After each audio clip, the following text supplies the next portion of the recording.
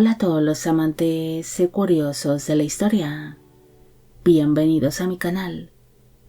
Hoy os traigo la vida de Birute. Ella fue una sacerdotisa pagana que sería famosa por su gran belleza, siendo por ello secuestrada y obligada a casarse con el gran duque de Lituania, Kęstutis. Un casamiento ideado para ganarse la aprobación de los lituanos paganos, debido a que Birute era una mujer muy admirada y querida por este pueblo. Espero que os guste esta biografía. Birute nació alrededor del año 1330, cerca de la ciudad de Palanga, en Lituania. Se cree que ella descendía de una rica familia de Lituania, de Samogitia o de Curlandia, ya que hay ciertas dudas sobre de qué lugar venía exactamente su familia. Durante su adolescencia, Birute se convirtió en sacerdotisa, sirviendo así a las deidades de la mitología lituana, siendo una de las guardianas del fuego sagrado, además de prometer a los dioses paganos el conservar su virginidad hasta el día de su muerte.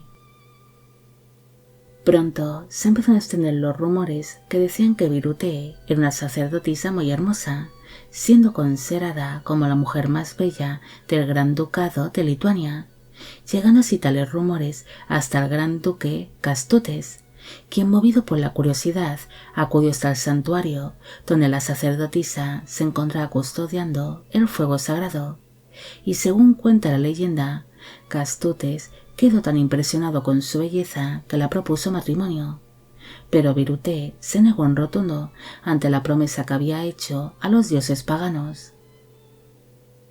Kęstutis realmente estaba deseoso de desposarse con aquella hermosa sacerdotisa, así que decidió secuestrarla y la obligaría a casarse con él, siendo así llevada en contra de su voluntad hasta la ciudad de Trakai, donde se celebraría una grandiosa boda hacia el año 1349. Para entonces ella tendría unos 19 años de edad en el momento de la unión y él unos 52.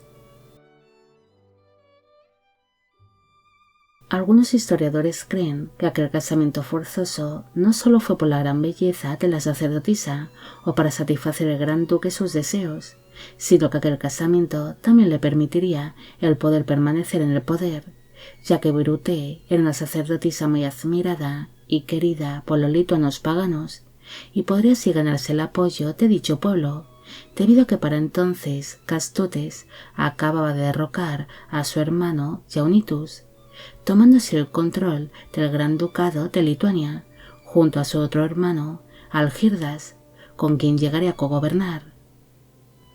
Birute sería obligada a casarse por la fuerza con su secuestrador y a tener hijos con él, naciendo de este matrimonio al menos 5 hijos: Vytautas, quien llegaría a ser Gran Duque de Lituania; Segismundo I, quien también sería Gran Duque de Lituania; Danute, que sería duquesa consorte de Varsovia; María, que fue princesa consorte de Tver; y Ringail, que fue princesa consorte de Moldavia. Se cree que Birute fue la segunda esposa de Kęstutis, debido a que éste había estado casado anteriormente con otra mujer, con quien tuvo varios hijos, o al menos pudo haber vivido en concubinato con esta. Se desconoce cómo fue la vida de casada de Birute, tan solo se sabe que ella fue una gran duquesa muy querida por el pueblo lituano, quienes la verían como una especie de diosa o de santa, siendo admirada, querida y venerada como si fuese una deidad. Entre los años 1381 y 1382, su marido Kęstutis libró una guerra civil contra su sobrino Jogaila, con quien había compartido la gobernación del Gran Ducado de Lituania. Pero con motivo de tales conflictos, Kęstutis acabaría siendo capturado por las fuerzas de su sobrino y encarcelado en el castillo de Creva, donde unas semanas después sería estrangulado. Mientras todo esto iba pasando, Birute fue trasladada por orden de su marido a la ciudad de Brest, actualmente en Bielorrusia, intentándose alejarla de aquellos conflictos entre tío y sobrino. Pero por desgracia, la gran duquesa acabaría siendo estrangulada en dicha ciudad como represalia por haberse fugado su hijo Vitautas del castillo de Creva, donde permanecía encarcelado, muriendo así en el año 1382, cuando tenía unos 52 años de edad. Otra versión dice de que Birute no murió de aquella forma, sino que tras enviudar, ella regresó a su santuario de Palanga y siguió sirviendo a los dioses paganos como sacerdotisa durante los años que le quedaban de vida, muriendo alrededor del año 1389 a los 59 años de edad. Según cuenta la leyenda lituana, su cuerpo fue enterrado a los pies de una colina que lleva su nombre y que se encontraba muy cerca de aquel santuario, siendo un lugar bastante visitado, especialmente por las personas que acuden hasta ella para pedir la salud o fortuna, debido a que Birute se ha convertido en una figura que simboliza la fortaleza y la perseverancia. No hay mucho más que decir sobre Birute. Ella fue una víctima de su belleza y de los tiempos que corrían por aquel entonces, debido a que fue utilizada no solo para satisfacer los deseos de su marido, quien se mostró realmente encaprichado de su belleza, sino que su casamiento forzoso fue ideado para que su marido pudiese establecer las bases de su gobernación como gran duque de Lituania, puesto que compartió con su hermano y posteriormente con su sobrino. Birute sería obligada a casarse con un hombre bastante mayor que ella y que la sacó a la fuerza de su santuario, aquel que era su refugio y el lugar donde servía a los dioses, viéndose forzada a contraer un matrimonio no deseado y a alumbrar a los hijos de su secuestrador.